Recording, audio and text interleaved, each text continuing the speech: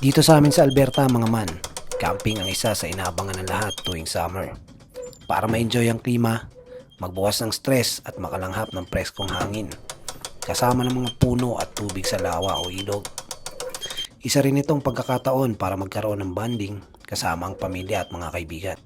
Kaya naman sa episode na to mga man, ipapakita ko sa inyo itong camping trailer na bili namin. Sa Facebook Marketplace lang namin siya nabili. Pinaglumaan ng iba, pero sa atin ay may pakinabang pa. Meron mga kaunting dapat ayusin, pinturahan at dapat linisin. Pero sulit pa rin dahil hindi na natin kailangan gumasos ng malaki para lang magkaroon tayo ng masisilungan sa outdoor. Ngayon sa loob ng pop-up tent o pop-up trailer na nabili namin ng wife ko at ng kapatid ko.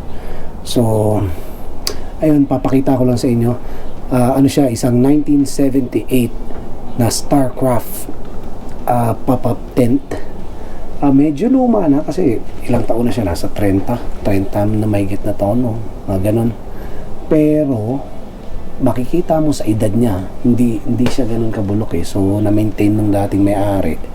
Tsaka yung pinagbilan ko na kapatid ni Tol Joseph na kabanda ko, gitarista ko siya sa Kalia Band. Maalaga sila sa trailer, so medyo OC sila rin sa mga gamit-gamit kaya malinis. And yung ito, pakita ko sa inyo, yung sa head bagong renovate, yan, i-renovate nila yan. Ito malinis. Yun nga lang, dahil sa matagal siya na stock, siguro mga ilang taon na stock rin to, isang taon, isa't kalahating taon. Ito, yung makikita mo sa mga parang kwarto-kwarto niya, ito, yung mga part na ganyan, yung mga canvas na yan is medyo, medyo maalikabok. So yan ang kailangan naming sabunan. Maganda siya, malaki. Ayan, parang dalawang queen size sa magkabila. Tapos etong lamesa na to, nagiging bed din siya. Yan, natitik na, nabubuklat. Maraming mga lalagyan. Solid, di ba? Yung nga lang, etong fridge na to, sabi sa akin sira. So kailangan namin tong palitan. Babaklasin namin yan, papalitan namin kung may mahanap kami maliit o mas mura-mura. Tapos ayan, ito, nagana yung lutuan. Nagana yung lutuan niya, tubig, and faucets, tubig. And meron lang minor na sira dito sa ilalim sa tubo na dapat namin tatapalan para kumana ulit ang magamit ng tubig. So all in all, maganda siya, hindi siya pangit para sa iba. Compare nga naman kung magte-tent ka, di ba? So konting pintura lang yan, yung mga kisame tulad nito. So may ilaw para makita niya. Ayun yung kisame, papalitan ko yan. Tapos namin hugasan yung mga canvas. Ayun, so yun lang, pinakita ko lang sa inyo yung mga minor issues na baka meron din kami tahiin doon sa labas. Ewan ko kung napapakita na lang namin kung may makuha kaming videos. Yun, yung mga punit-punit tatahiin, yung mga hiwa lalagyan, tatapalan siguro. Tapos ayun, umaasa kami sana hindi kami gumastos ng mahal dito sa project na to kasi syempre hindi naman ganun din kadali, lalo pat hindi naman din kalaki yung budget natin na naka-assign dito sa pop-up trailer natin. Pero looking forward kami na at least pag natapos namin to, makatulog na mahimbing, di ba? Maganda pa pala, may isang gusto pa akong banggitin ito, itong heater na to. Gumagana yan, heater na yan, gagamit ka lang ng gas. So yung gas, sasaksak mo doon, which is nasa harap nung trailer. Siya yung magpapagana nitong heater na to. Nagamit namin siya isang beses. Actually, nung pagbili namin ito, nagamit namin siya isang beses na nag-camping kami dito sa malapit lang. Tinest lang namin habang hindi pa nare-renovate na ayos. Maliwalas, maginhawa, masarap matulog. So, yun. So excited na umpisan tong project na to at sana subaybayan niyo yung mga videos na popost namin about dito. Actually, yung binanggit ko pala na edad na tong pop-up trailers, hindi pala siya 30 years lang, more than 30 years na kasi 70s, 78, 88, 98, 2008, 2018. So halos 50 years, 40 years mahigit. Pero kung titignan mo, goods na goods pa, walang alog pag nandito, kahit tumalon-talon ka ganyan. Maganda. Ayan, kita ko lang, diba? Konti-konti na lang siguro ang i-repair natin dito, hindi na ganun karami. Kaya sobrang natutuwa kami. fine talaga to. Napaka solid, napaka sulit sa murang halaga lang namin nakuha. I mean, hindi naman sobrang mura. May presyo pa rin, so libo pa rin, pero hindi ganun kamahal. Yun. So, tutuloy lang naman yung pagre-repair nito, o baka umpisahan ko to dito sa may bubong na to kasi may nabili na ako nito. Actually nabili ko siya sa Dollarama, ito yung presyo. So tetestingin ko sa bubong ngayon, sa kisame. Testingin ko dyan, yan pag nagawa, gagawin ko ng snip ng video para makita. Magandang umaga, araw ng Sabado ngayon. So sisilipin ko yung trailer. Ewan ko kung makakapagpatuloy tayo ngayon kasi plano ko ngayon gumawa. Kaso, tignan mo, grabe ang ulan. Pero baka ang plano ko, hugasan ko na lang ito muna para magandang pagkakataon din kasi umuulan. Oh yeah. Ayan, pwede ko sabon na lang diretso tapos babanlawan na lang ulan na. Yan, sasabon na lang siguro.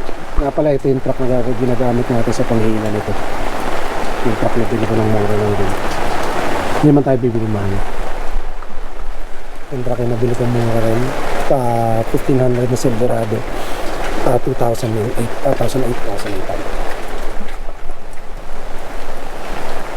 Yan. So hindi ko pa nakikita yung loob. Malalaman natin kung basa yung loob. Pero may mga para may water repellent spray to, waterproofing spray. Kinabibili sa may Canadian tayo na pwede mong i-spray sa may mga canvas para parang alam mo yung gabi, kung yung gabi dudulas lang yung tubig. Repellent yan. Walang problema kung may tumutuloy dyan na konti, pero kung natatabunan naman ng bubong, susilipin natin sa loob. Ay, mukhang may problema tayong maliit. Ito, pagpasok ko may tumulo sa sink. Hindi ko alam kung saan ang gagaling. So, posible naman dito or dito. So, posible dito siya nang gagaling. Ay, dito siya may tulo. Ewan, kasi parang may butas ako nakikita mo. Walang basang-basa, oh. Hindi naman ganun karami, pero sa 2 araw na ulan, nagtutuloy talaga siya. Ito malas. Una natin kinabit na pangkisame. Wala, tanggal lang rin. So no choice tayo ngayon. Mukhang pupunta ako sa Home Depot ngayon, Canadian tayo, para bumili ng pintura. Siguro pintura na lang gagamitin natin dyan. Pintura na lang siguro gagamitin natin na kulay puti. Tanggalin natin lahat. Pinturahan natin yung puti para maganda. Mukhang dito tayo nadali. Tumutulo, basang-basa yung isang kama dito sa side na to. At yan, ewan ko kung nakikita nyo, may tumutulo. So ayan ang tatrabahuin ko ngayon. Importante yan kasi wala na, gumapang na yung basa, oh. Tumutulo rin dito sa gilid. So tignan natin sa kabila. Bad trip. Eto sa kabila wala. Sa kabila malinis.